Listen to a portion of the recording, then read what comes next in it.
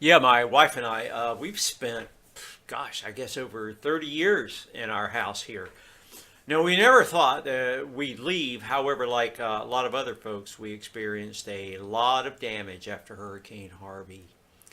Yeah, it wasn't uncommon for people to find themselves in the hands of contractors who cared nothing about their workmanship, or those contractors that would spend 5 months doing just 2 months worth of work, or even those that came to the area just to rip people off.